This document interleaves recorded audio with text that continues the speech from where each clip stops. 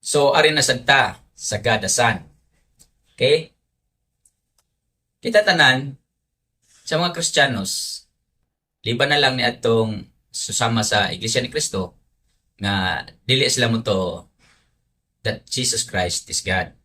Now, sa katong mga mito nga Jesus Christ is God, mao na siya. Kabalo naman mo nga God the Father, dili gito mausab ang porma.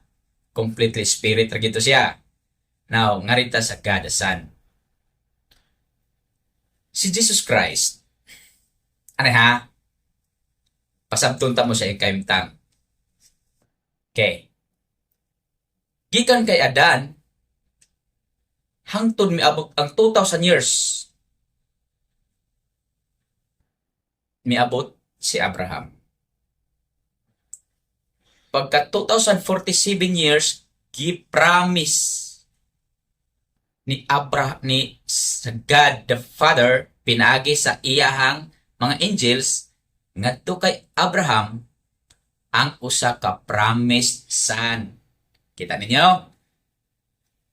From Adam hangtod niabot og 2,000 years, exactly 2,047 years, gi-promise sa Dios, the Almighty Father, ngadto kay Abraham ang promised son.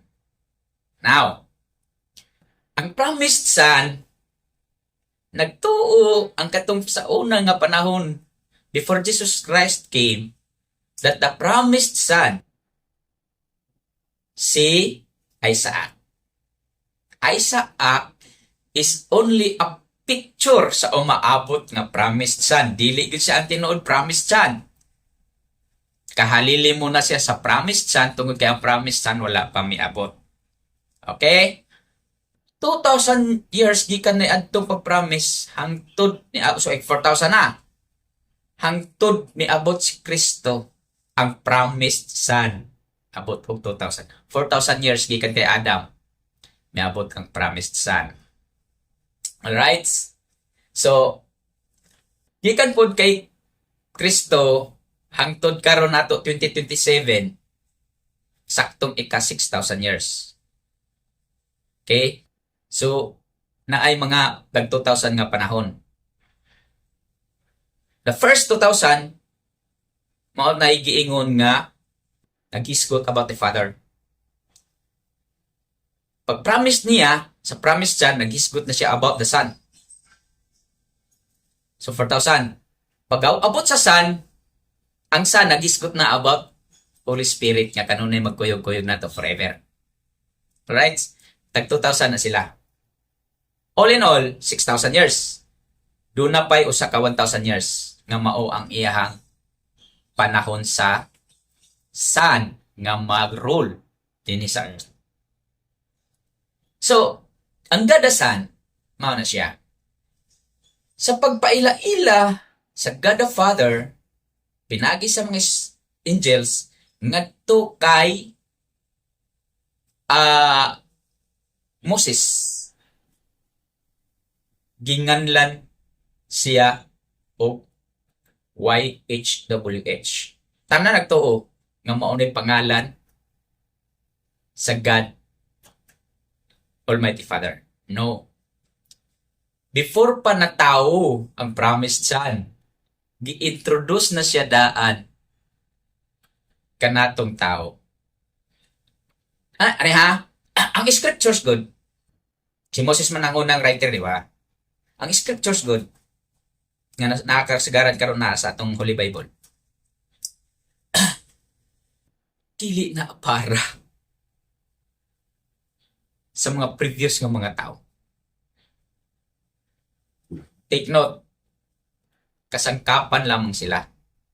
Bisan sa unang pag-abot ni Jesus Christ, iluwas niya mga apostolista na niyang mga disipulo. Kasangkapan lamang sila. Of course, naluwas dito sila. Pero kasangkapan dito sila tungod kay ang gikinahanglan sa Ginoo, the Almighty Father, ang mga tao nga makaabot, makasulod, urbuhi pa pag-abot sa 6,000 years. Kita ang makaabot sa 6,000 years. Kaya kita man karong 2027, ika 6,000 years. Gikan kay Adam. Kita ang gilaan ng mga katawhan sa Ginoong Dios aron makasulod sa iyahang final 1,000 years. Ang gitawag na tog Sabbath.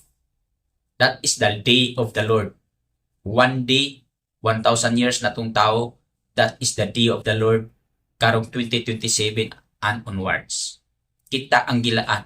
Kita ang gipasabot sa tanan ng scriptures. Gikan sinuwat sa tanan mga kining propeta, gikan kay Moses, tanan propeta, hantod sa sinuwat sa mga apostolis. Kita ka na siya.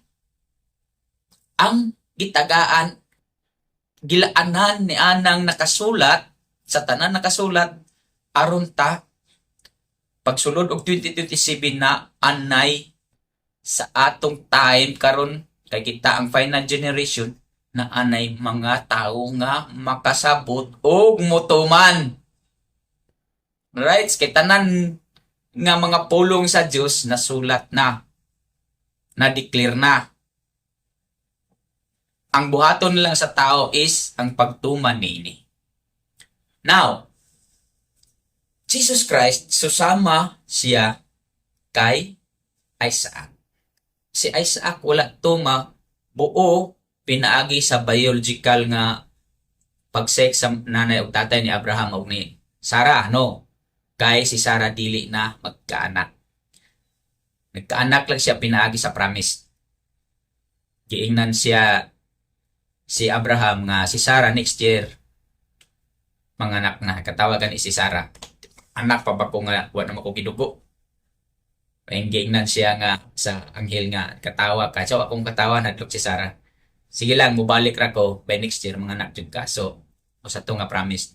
Now tungod kay si Isaac wala siya gipanganak pinaagi sa natural nga intercourse.